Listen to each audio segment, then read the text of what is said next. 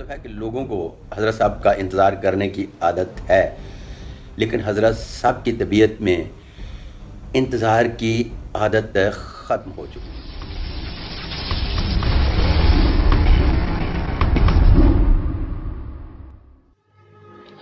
बिस्मिल्लाहिर्रहमानिर्रहीम। अस्सलाम वालेकुम। इनसाइड स्टोरी के साथ मैं मोहसिन बिलाल।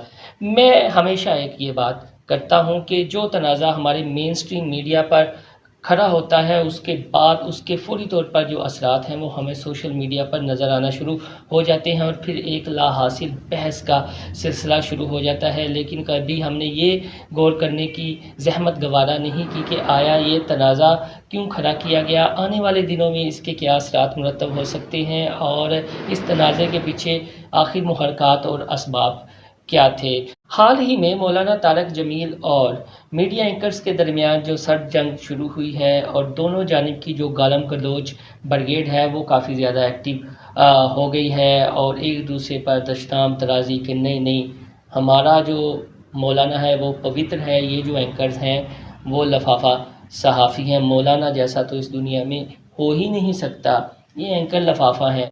बात करते हैं वज़ीर आज़म की टेलीथॉन ट्रांसमिशन की, जिसमें सारे एंकर हजरात बैठे हुए थे और मौलाना तारक जमील को दुआ के लिए खुसूसी तौर पर वज़ीर आज़म ने दावत दी थी और ट्रांसमिशन के लास्ट में उन्होंने दुआ भी कराई। लेकिन हमने इस वीडियो को गौर से देखा नहीं है या समझा नहीं है कि आखिर तनाज़ा खड़ा होने की वजह क्या थी। इस पर रोशनी डाली है मारूफ पामिस्ट हैं सादिक मलिक, उन्होंने इस सिलसिले में हमारी उनसे बातचीत भी हुई है और ऐसा लग रहा है कि क्या मौलाना तारक जमील कोई नफसियाती मरीज़ तो नहीं बनते चले जा रहे और मीडिया एंकर्स का भी कुछ ऐसा हाल तो नहीं है। उनसे हमारी क्या बात हुई है वो आपको सुनवाते हैं, लेकिन अगर अभी तक आपने हमारा चैनल इनसाइड स्टोरी सब्सक्राइब नहीं किया तो याद से सब्सक्राइब कर लें और बेल आइकॉन का बटन भी दबा लें।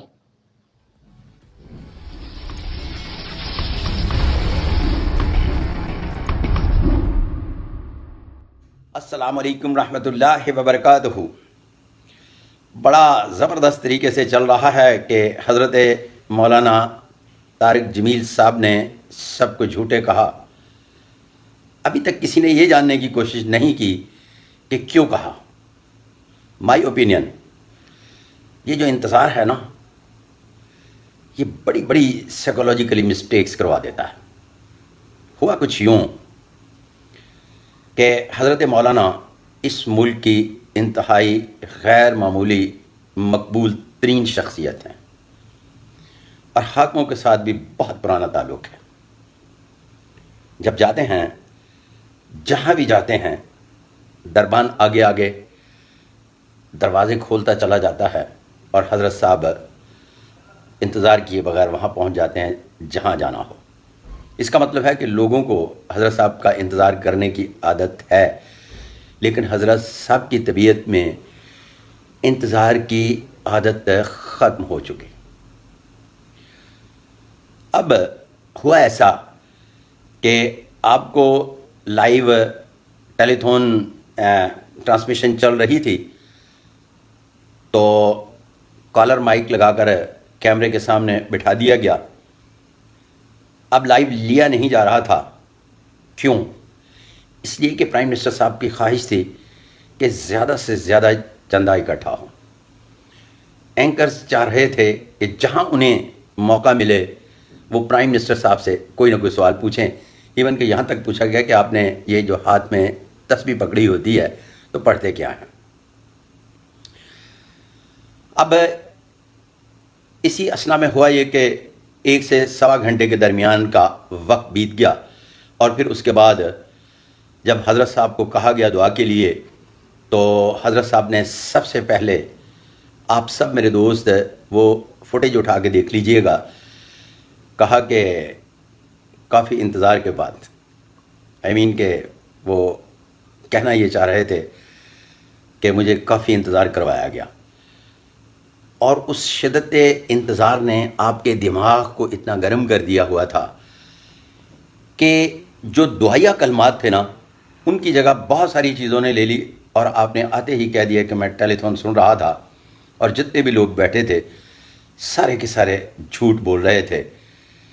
और फिर उसके बाद हज़रत साहब जब 4 चीज़ें बताना चाह रहे थे तो दूसरी पे पहुँचे तो गौर से देखिएगा कि उनके चेहरे पे इस बात की सिस्टम शुरू हो गए कि कोई ना कोई मिस्टेक से कर गए, और वो उन्हें पूरी तरह यकीन था कि वो मिस्टेक क्या कर गए हैं, और उस मिस्टेक को ख़त्म करने के लिए फिर उन्होंने 2 ग्रुप बना लिए, एक पीएम साहब का और दूसरा एंकर्स का, और यहाँ से वो फिर शुरू हुए और इस मिस्टेक को कवर देने के लिए उजड़ा हुआ चमन मिला। इंतहाई गैर मामूली ईमानदार जो पहले कई मरतबा फरमा चुके, लेकिन दूसरी तरफ बज़िद रहे कि ये सारे के सारे झूठे, मीडिया झूठा, और यहाँ तक कि वो जब बिल्कुल इस स्टेज पर पहुँच गए कि बात नहीं बन रही थी तो किसी एक टीवी मालकान के हवाले से जब सोचा होगा तो ख्याल आया तो उसका भी जिक्र कर गए, और फिर 22 करोड़ के बारे में भी कह दिया कि ये सब के सब झूठे। शो ख़त्म हुआ, कोई फ़र्क नहीं पड़ता। बेशुमार ऐसे वाक़यात ज़िंदगी में हुए हैं, हर बंदे के साथ होते हैं कि इंतज़ार की ज़हमत में बड़े बड़े लोग जो हैं ना वो कभी कभी शॉर्ट टेम्पर हो जाते हैं। हज़रत साहब भी हो गए, तो इससे क्या फ़र्क पड़ता है? बिल्कुल कोई फ़र्क नहीं पड़ना चाहिए था। अब हुआ ये कि जब शो ख़त्म हुआ तो शो ख़त्म होने के बाद उनको चूँकि पहले इस बात का पूरा यकीन था कि मिस्टेक कर गए, तो उन्होंने टेलीफोन घुमाना शुरू किए। जिनको झूठा कहा था, जब उनको टेलीफोन घुमाना शुरू किए तो एक साहब से मुलाकात हुई तो उससे तो बात हो गई। अब दूसरे ने उनको लाइन पर ले लिया और साथ साथ बहुत बातें करने के बाद ये यकीन भी दिलाते रहे वो एंकर कि आप मेरे दोस्त हैं। फिर उसके बाद तीसरे एंकर के शो में चले, जब लाइव आ गए तो वहाँ सब एंकर्स ही बैठे हुए थे, तो उन्होंने नाम ले लेकर माफ़ियाँ मांगी। माफ़ी मांगने में कोई हर्ज नहीं, लेकिन एक बात याद रखिएगा कि मिस्टेक हो जाने के बाद इस तरह से माफ़ी मांगना है। अगर थोड़ा सा प्लान कर लेते और डिसऑर्डर नहीं रहते, इन ऑर्डर रहकर बात करते, तो मैं पूरे यकीन से कहता हूँ ये जो बखेड़ा बना हुआ है ये नहीं बनता। इंतज़ार जिस तरह से ख़ुद इनको तंग कर गया, तो इसी तरह से वो एंकर साहबान जितने भी थे ना, इंतहाई मोहतरम हैं हम सब के लिए। वो भी इंफॉर्मेशन का ज़रिया ही एंकर होते हैं, ख़बर देते हैं, हम सुनते हैं। लेकिन जब उनको पता चला कि मौलाना साहब जो हैं अभी तो हमने उनको लाइन पे नहीं लिया, तो ख़ुद ही हमारे टेलीफोन बजना शुरू हो गए हैं, तो फिर उन्होंने भी अपने तरीक़ेकार से उनसे सवाल पूछे और उन्हें अभी तक जवाब देना पड़ रहे हैं। एक बात याद रखिएगा, ये सारी की सारी साइकोलॉजिकली मिस्टेक्स थी। साइकोलॉजी मिस्टेक है जो सिर्फ मेरी क़यासराई भी हो सकती है, लेकिन इससे ज़्यादा कोई चीज़ दिखाई नहीं देती। और इस वजह से जो एक प्याली में तूफ़ान बरपा है ना, इसको नहीं होना चाहिए। कोरोना बहुत परेशान कर रहा है, इसके लिए दुआ करनी चाहिए और इस झंझट से निकलकर अगली सफ़बंदी करनी चाहिए कि इस मुल्क को कौम की तरक्की के लिए क्या हो रहा है। सादिक मलिक साहब की आपने बातें सुनी, ये बातें समझ भी आती हैं। और उन्होंने बताया है कि टेलीथॉन ट्रांसमिशन जब हो रही थी और उसके बाद मौलाना को कहा गया दुआ के लिए, तो उनके चेहरे के तासुरात बता रहे थे कि मौलाना तनाव का शिकार है। उम्र का तकाजा भी यह है कि बंदे से जो इंतज़ार है वो बर्दाश्त नहीं होता, और जब मौलाना तारक जमील जैसी हस्ती हो और उन्हें घंटा 2 घंटे इंतज़ार कराया जाए तो फिर कुछ ना कुछ तो गड़बड़ होती है और नफसियाती मसला भी पैदा हो जाता है। अब बंदा बशर है, लूज़ टेम्पर भी होता है, लेकिन इजहार का मुख्तलिफ तरीका होता है। अब दोनों जानिब से उन्होंने ये देखा होगा कि यार एंकर्स की बात करें या रियासत मदीना के सरबराह की बात करें, तो उन्होंने देखा कि नहीं यार, जो रियासत मदीना का सरबराह है, जो हमारे वज़ीर-ए-आज़म इमरान ख़ान साहब हैं, जिन्हें उजड़ा हुआ चमन मिला है, इनके हक़ में बातें की जाएँ और मीडिया को लताड़ा जाए। तो ये एक माकूल वजह समझ में आती है कि वो हो सकता है ज़हनी तनाव का शिकार हो, क्योंकि इतनी बड़ी शख्सियत हैं और इंतज़ार कराने की उन्हें आदत हो, इंतज़ार करने की आदत ना हो। तो सादिक मलिक साहब ने बड़े खूबसूरत अंदाज़ में इस सारे इशू को सम अप किया।